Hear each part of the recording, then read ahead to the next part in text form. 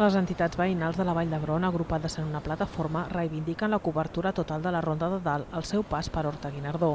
Han emès un comunicat demanant a l'Ajuntament que es reuneixi amb ells i que comenci a treballar per trobar el finançament i poder tirar endavant el projecte. Ho fan ara que les obres del tram de 180 metres, projectat al mandat municipal anterior, estan a punt de finalitzar, amb l'objectiu que la intervenció no s'aturi. Pels veïns, la part que s'ha cobert és benvinguda però insuficient i demanen al consistori que segueixi tirant endavant el projecte de cobertura.